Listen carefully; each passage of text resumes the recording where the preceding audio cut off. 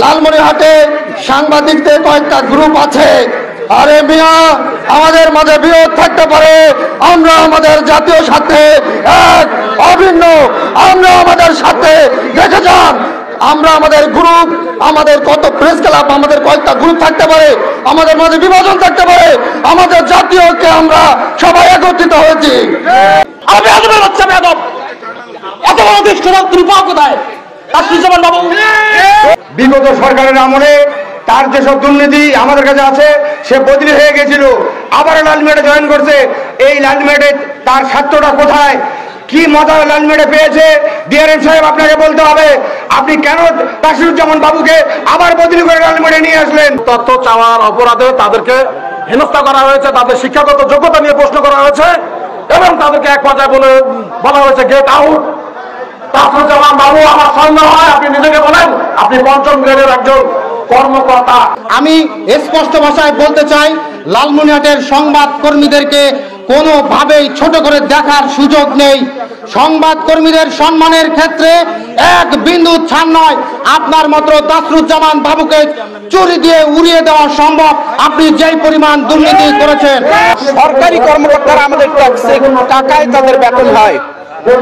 আজকে সাংবাদিকদের সাথে যদি তারা এ ধরনের আচরণ করতে পারে, তাহলে সাধারণ মানুষের সাথে কি ধরনের দুর্ব্যবহার করবে বলে মনে করে, এটা সাধারণ দেশবাসীর কাছে আমি বলতে চাই যে যেখানে সাংবাদিকরা নিরাপদ নয়, সেখানে সাধারণ দেশবাসী কিভাবে নিরাপদ একজন সরকারি কর্মকর্তার কাছে?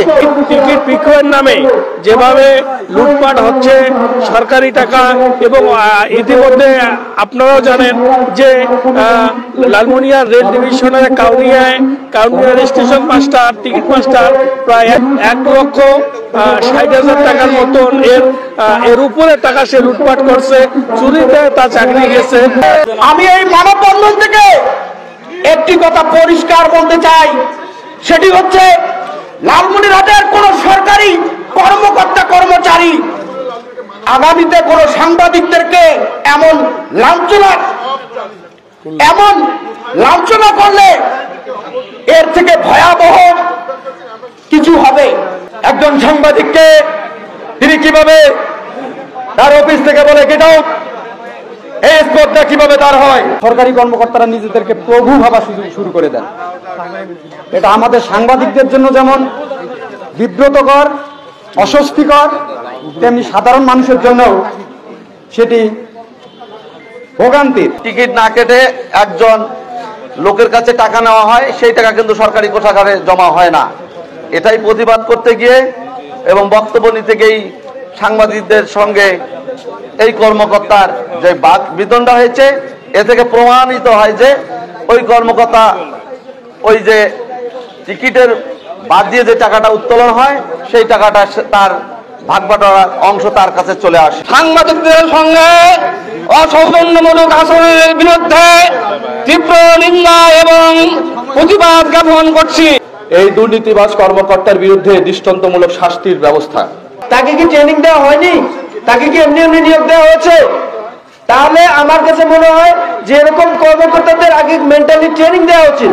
লালমনিরহাটে সাংবাদিকদের হেনস্থাকারী কর্মকর্তার শাস্তির দাবিতে মানববন্ধন। লালমনিরহাটের সাংবাদিকের হেনস্থাকারী লালমনিরহাট রেলওয়ের বিভাগীয় যান্ত্রিক প্রকৌশলী ক্যারেজ অ্যান্ড ওয়াগন তাসিরুজ্জামান বাবুর শাস্তির দাবিতে মানববন্ধন করেছে জেলায় কর্মরত সাংবাদিকরা। বুধবার 4 ডিসেম্বর 2024 দুপুরে লালমনিরহাট রেলওয়ের বিভাগীয় ম্যানেজারের মূল ফটকের সামনে 2 ঘন্টা ব্যাপী মানববন্ধন করেন জেলায় কর্মরত প্রিন্ট, ইলেকট্রিক মিডিয়া এবং অনলাইন সাংবাদিকরা। সে সময় সাংবাদিকরা জানান, রেলওয়ের অ্যাটেন্ডেন্ট সোহেল রানা ও আব্দুর রব রাহাত গত 19 নভেম্বর রংপুর এক্সপ্রেস ট্রেনে বিনা টিকিটের যাত্রীদের কাছ থেকে ভাড়া বাবদ বিনা রসিদে অর্থ আদায় করে তছরূপ করেন। সে সময় ঘটনার একটি ভিডিও যাত্রীরা ধারণ করে গণমাধ্যম ফেসবুকে ছড়িয়ে দেন।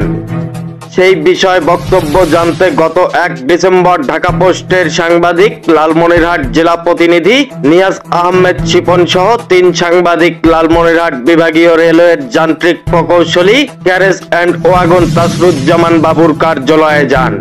সে সময় ওই কর্মকর্তা তেড়ে ওঠে সাংবাদিকদের হেনস্থা করে কক্ষ থেকে গেট আউট বলে বের করে দেন।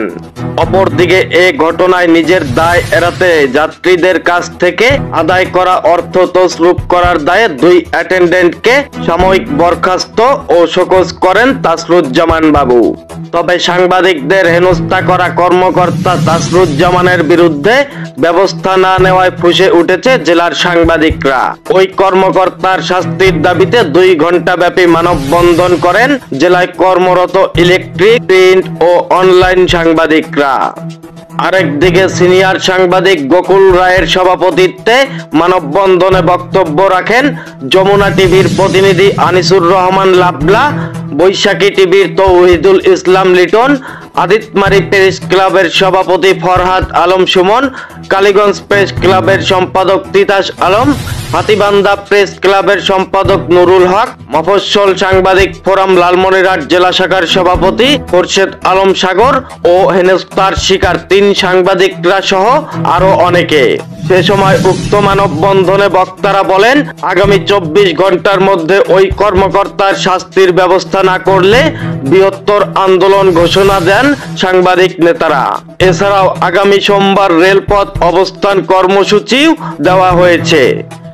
Anisul Islam Rajib, update news, online desk, Lalmonirhat.